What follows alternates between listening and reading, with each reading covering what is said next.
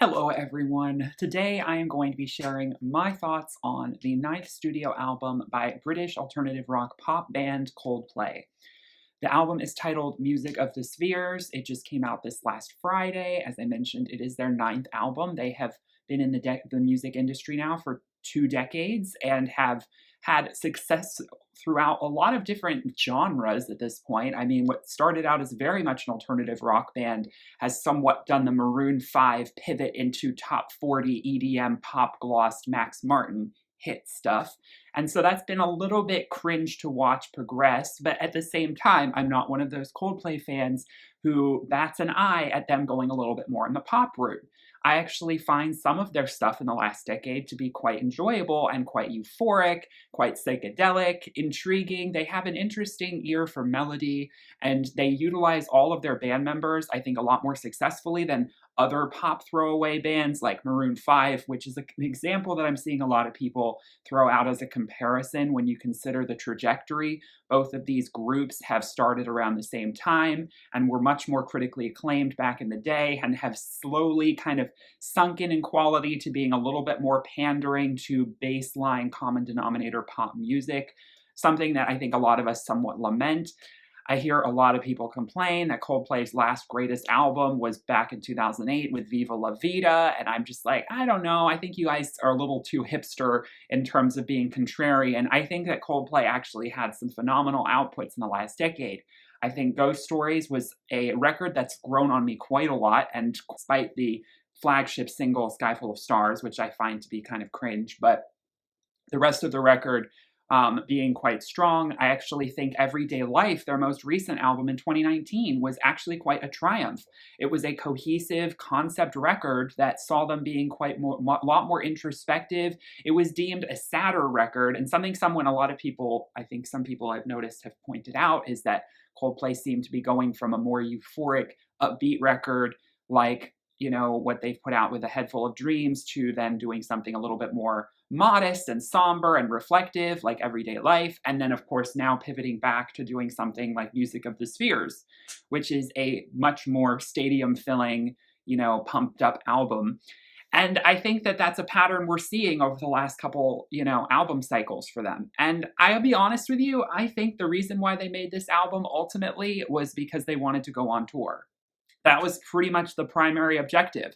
They decided when Everyday Life came out in 2019 that they were not going to tour until they could figure out a way to do it more environmentally sustainable fashion, as the music industry and touring is a real polluter in terms of, resources and, air travel and all of these things. And so over the years, and of course they didn't realize that COVID was coming just around the corner. So it turns out they wouldn't have gotten to tour Everyday Life if they'd wanted to anyway.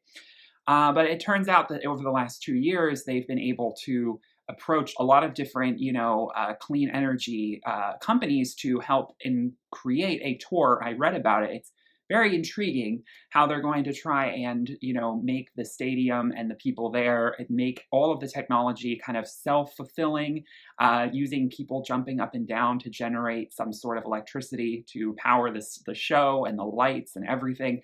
And I find that very intriguing, although I definitely think that, I read a bit about the offsetting that they're trying to do, and it sounds a little bit like it's pretty negligible considering the still vast amount of resources that a tour takes up, particularly when it comes to air travel.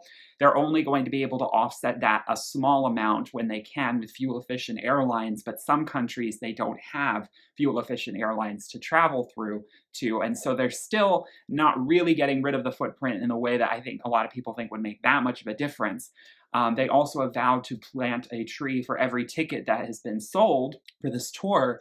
But some people pointed out that, maybe 3 million people will, end up buying a ticket for this. And in the end of the day, the UK alone in the last year has planted I don't know, some are upward of 50 million trees or something. It's a little bit like, okay, they're not really doing as much as they think they are. With all of that being said, I do think that this, altruistic sort of viewpoint and goal of theirs is one to be admired and something the industry in general should be, keeping an eye on and trying to strive for.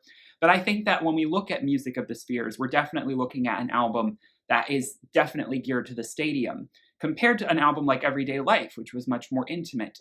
I think the best way to describe this record sonically is the outer space kind of cosmic theming mixed with some of the euphoric pop stuff of Milo Xyloto from 2011, smashed together with the electro psychedelia, like rage fest that was A Head Full of Dreams. Those two albums have a child, and you get this product. Although I honestly am not sure that this product is even as stellar as potentially some of those other projects, like Milo Xyloto, for example. I think that this record is lacking a lot for what it was meant to be, and the concept and the whole idea behind it was really intriguing, although a bit sort of territory they've trod before.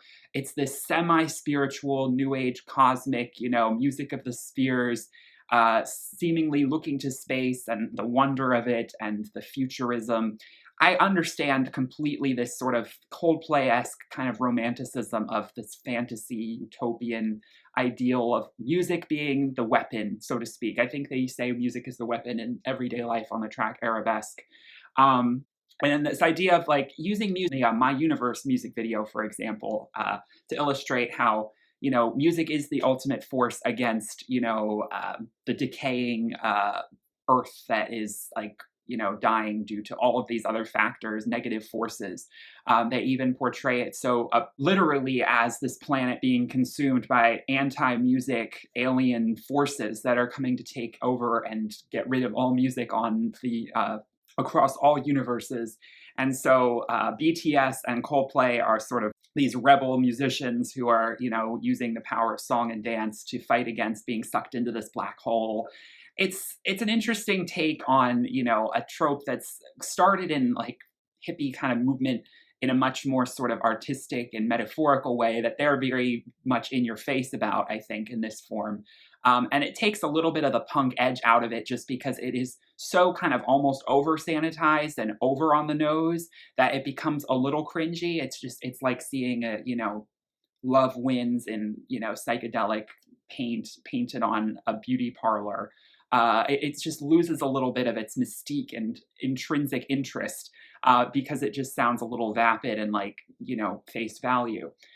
But with all that being said, I'm not expecting Coldplay to necessarily always be just like brooding and uber metaphorical and waxing all of the time. I enjoy when they're upbeat and sort of playful and whimsical and euphoric and esoteric, playing with those tropes. And so I was looking forward to an album that was going to be very cosmic in its sort of theming and concept and sonic soundscape, but that was still going to be having a good time. That was still going to be sort of geared to partying and just this sort of unifying, like pan-global sort of, outreach of music, lifting us all up and throwing in political messaging here and there. And what we get is definitely, I think, somewhat attempt at that. But it's also very, of course, pandering to the pop masses of today and trying to get a pulse on the sort of TikTok, what's going up to the charts today, what's going to be popular. Oh, BTS, we've got to collab with them. Selena Gomez will do a very bland, minimal produced pop contemporary hit song with her that's not really going anywhere melodically. And lyrically is pretty shallow, but we'll succeed because we're doing something very much in the name of Max Martin produced pop music. And that's where I think a lot of people are saying this album is flat on its feet. Just for the casual listener, they might enjoy some songs, some they might find a little bit cringe, some they might not quite understand the point of, and then for the diehard Coldplay fans, they're just going to be left wanting a lot more of that classic band sound with a bit of that rock instrumentation mixed with excellent guitar riffs, mixed with that R and pounding bass, the drums, and all of these things coming together with the glam rock sensibility too. But ultimately, Max Martin is at the helm of this. And obviously, if you know Max Martin, he definitely can make a, albeit very generic, but very strong pop polished track. And so I think that what we have for this record is an album of singles and then an album of interludes that feel very Spotify playlist, that feel very not really thought through as a cohesive project. I thought that they were going a little bit in the Björk Biophilia direction when they showed us the album art and there were sort of like all of these different planets And it seemed like each planet or sphere was relating to a different song and sort of embodying, sort of like creating this own little universe or solar system that was the album. And each one we were going to really explore a different topic or theme. And of course, that is sort of somewhat the structure here. There are, roughly about 8 planets shown on this album cover, and there are, 10 songs that are fully formed. A couple of them are interludes, so they don't really count. But how the album, dissects the differences doesn't really stand out. It doesn't really care too much ultimately about the concept. I mean, there's definitely some variation. We don't just have, unifying global everything is love kind of tropes on all of the songs. Lyrically, People of the Pride is probably the one that's going in the most political direction and trying to, raise the red flag and sort of warn the world about despots and authoritarian leaders, and rising up against that. The propelling, pulsating, rhythmic guitar line being the backbone, which some people like, some people won't. I actually am just a little bit ambivalent on it. It's not exactly the most melodic song on the record, so I'm not exactly remembering a lot of the sonic structure beyond that guitar line, bass line.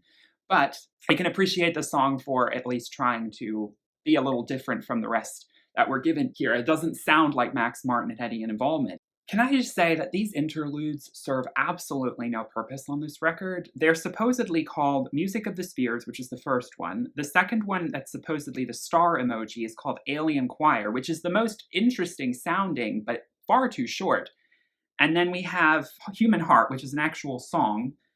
Music of the Spheres 2, which looks like sort of like an eclipse emoji. And then we have Infinity Sign. Infinity Sign is another fully fledged song, and I'll talk about that one in a minute. But the other ones, like Alien Choir and Music of the Spheres 1 and 2, what is the point of these little 40-second interludes that do not actually seed into the following song? What purpose does that serve? You would think that that is the fundamental reason, and if you listen to an album with interludes, particularly really short ones, usually they're setting up or seeding into the following track, and they flow effortlessly into one another. But these don't. They're very abruptly stopping, and we start the next song completely different page. And it's really jarring to listen to. For an album that is meant to be this sort of cohesive, Music of the Spheres, it's talking about the music of different planets interacting with each other at a metaphysical level. We don't have much of that connection intermingling in this record in the way that I expected it to. And it's very unfortunate and disappointing. So I am very puzzled by the purpose of the interludes for that reason. I also always prefer interludes to just be a part of the actual track that they're supposed to be connecting to. Just for, album purchasing purposes, I feel like buying a song that is 30 seconds long at the same price as one that's 4 minutes long is kind of a scam, and it should just be able to be segged right into the next one. And I often do that if I have the actual MP3 files, and I can do that on my computer. However, if you're streaming a song, you can't do that with the song because you didn't actually purchase it. So you're left with them separated, and it doesn't work together really well. So again, very puzzling choice here. Human Heart is a nothing song for me. I have no idea who this We Are King and the artist Jacob Collier are, but they bring nothing to the table here, and so does Coldplay's Chris Martin. This is a cappella, heavily auto-tuned, very slow-burning kind of R&B supposed leading track that is just a meditation on love that is tried and true, dime a dozen, nothing special here melodically. It's a complete snooze fest, total filler. And I mentioned Let Somebody Go. I want to like it because I think Selena is an interesting collaboration choice. I know a lot of people think that she's a nothing in the music industry, at least in terms of, bringing her own authentic sonic abilities to the table here, vocal abilities to the table here. Yes, it's going to sound computerized. I think it actually fits a little bit with the technological focus that their music has these days. Everything is a little bit altered in the studio. So if we're talking futuristic kind of sounds here, I think Selena Gomez kind of gives it this future pop sound. But it's a very plodding melody line. And lyrically, I mean, it's a sentiment that he's explored in way more interesting fashion on previous ballads. I just don't think that this song served as much purpose emotionally as it could have. Though I do really like the line, I've spoken to mathematicians, and they all say the same, that love is always equal to the pain. I feel as though that's some sort of Tumblr quote that's been said a million times before, that Coldplay did not actually pen that themselves, but it's stuck in my head for sure. Now, the track Beautiful, I do want to give a shout out to. I think it's quite interesting that I've been seeing a lot of people say that not only is this the worst track on the record, but it's the worst song that Coldplay has ever made, point blank, which I think is a bit of a stretch. And I do not share that view, though I definitely do not think it is far from their strongest. But I was actually just glancing at what Pitchfork's review for this album was saying, and believe it or not, guess what their favorite song on this record is? Beautiful. Which, this is coming from Pitchfork. This is a magazine, this is a organization that prides itself on being holier than thou when it comes to avoiding pop cliches. A lot of people just think it's very cringe listening to Chris Martin, Alvin and the Chipmunks himself, and make his voice super high-pitched. I actually think it's perfectly harmless and fun, and actually adds a little bit more of a playful element to the song. With his high-pitched vocals, it doesn't grate on me the way I think it does for other people. I actually find like altered, high-pitched vocals in certain cases in dance music to be kind of, I don't know, fitting for the ambiance of the song. This song is like breezy, it's a little hip-hop with the beat, and it's just meant to kind of ride this tropical sounding wave. And I think that the light auto-tuned voice is just adding to that sort of vibe. And so the beautiful, spelled kind of phonetically, but not quite, it's just meant to be sort of like a weird false spelling, plays on the sort of fundamental feeling or childlike feeling of something being very beautiful to someone and being just really attracted to it. And it's just actually a very fun, playful meditation on that, nothing more. So again, interlude-worthy kind of track. Talk about a real interlude that deserves to be there.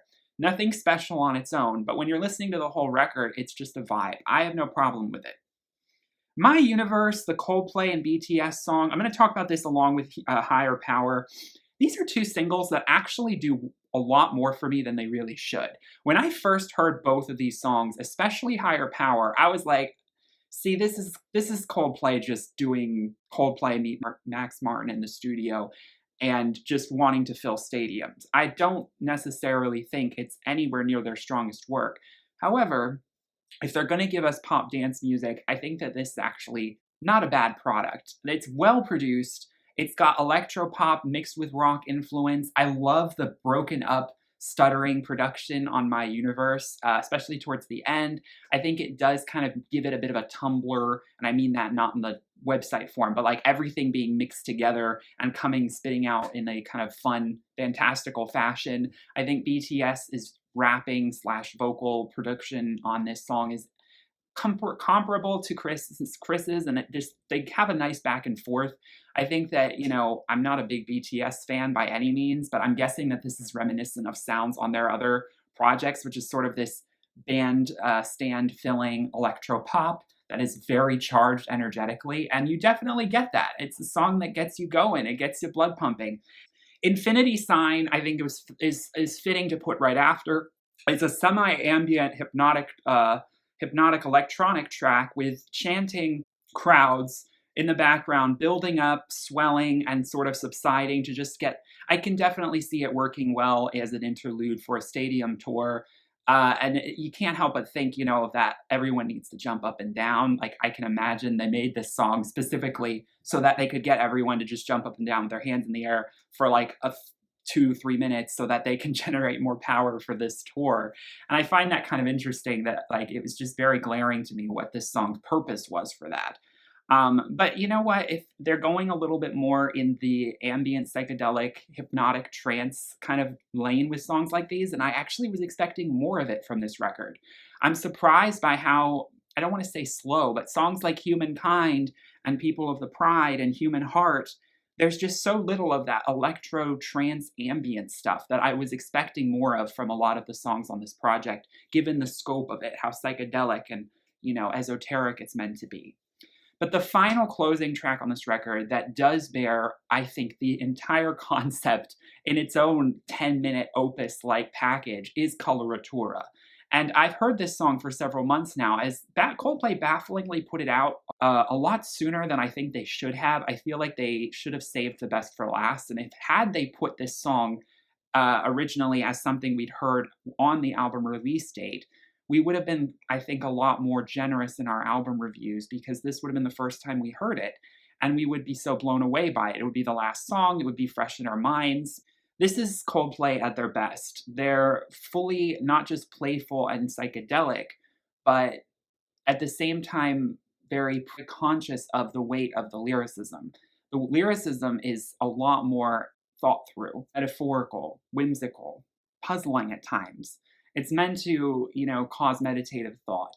So I think that what they're doing with Coloratura in trying to create a 10-minute long sort of anti-song, meaning that it's completely different from anything Max Martin would ever do, and believe it or not, I believe it's the one song on this record he had the least involvement with, which speaks volumes.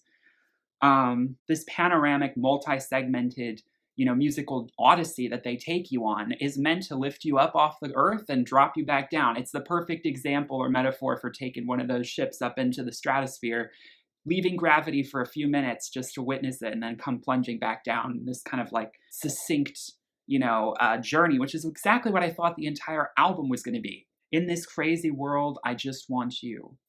It's a very simple, ultimate chorus melody line that it refrains back to over and over again. But wrapped around that simple chorus line are all of these references to different philosophers and different ancient voyagers, fictional and non-fictional, that paint a picture or history of human thought and traveling through space, both figuratively and physically, in terms of discovery. And it gives this sort of ancient, timeless feel to the essence of the song, the spiritual essence of the song, mixed with phenomenal, instrumentation and variation. We have, of course, the Johnny Buckland guitar solo towards the end that is something I really enjoyed on Up and Up, which was the closing song on A Head Full of Dreams. Another sort of longer opus kind of song that's meant to be a bit of a voyage. And I think that this is an even stronger rendition of a kind of album closer like that. They really just know how to ride the highs and lows of a sonic odyssey that is just pretentious enough without going too far, without not being taken seriously. The symphonic elements, the keyboard elements, the overall synth elements, the production, singing about Galileo and the prophesying of these ancient thinkers, and the exploration of, modern astronomical voyages to all these different moons that are referenced here throughout the lyrics, and what Coloratura really is, which is, I guess, some sort of version of cosmic paradise that is either already here in everything within us, or it's some ideal in our heads. He leaves that up to be determined. Of course, always adding that romantic flair of, in the end, it's all about the love you're sending out. It's love that is the core of all of these things. You could imagine love being the center star or sun of this universe that they've just explored for us. And that's something we all knew they were going to come to that conclusion of anyway, but still, it's worth taking the journey. And ultimately, Coloratura is one of those songs that just makes you wish and think of the album that could have been when you see this whole concept actually put together. This sort of David Attenborough, Björk kind of take on the cosmology of the universe. And so I really wish that we had gotten an album that not only flowed more seamlessly with those interludes, but that also, despite having maybe some breakout singles like Higher Power, which are perfectly fine, decided to really play more into the psychedelics of it all and not just give us fodder for filling a stadium. They seem to forget that that's the kind of album they're trying to make halfway through, and then also to just put on the snooze fest with that R&B a cappella section, which is not R&B at all. It's just labeled as that on a lot of these genius descriptions here. It just doesn't really work with the ebb and flow of this project. It's not as cohesive sounding as I'd like it to be. But, I'm also not going to fault it for being, a complete disappointment, because maybe I just didn't have the highest expectation to begin with. And I think that's something that, unfortunately, a lot of Coldplay fans are left feeling. If you want something that's, definitely going to conjure up some dreamlike imagery sonically, that's going to take you on a bit of a journey, but also have a good time too in terms of up-tempo, fun music, then this album's going to do it for you. There's a little bit there that I think still is very much the traditional Coldplay that a lot of people love. I just obviously Max Martin has polished it up to be very top 40. But, at the end of the day, this, like I said, was made to really fill those stadiums and to give them new material to tour with. I think Everyday Life is a ultimately much more interesting project for them as far as any sort of thesis and as far as experimentation in their musical evolution. And I think that this album is hopefully just a little bit of a pit stop or a detour in terms of wherever they're going next. I do think that, they should take a little bit more time off. I think, like I said, you can tell this record could have used a little bit more time to fully come to fruition because we could have gotten more brilliant songs like Coloratura. But instead, we had just a album full of very probably quick songwriting sessions with hit producers. And I think that this record could have benefited from another year or two in the oven. Those are my thoughts. What are yours? I hope that, if you disagree, agree, let me know in the comments. And again, I'm not trying to be too harsh on it because I'm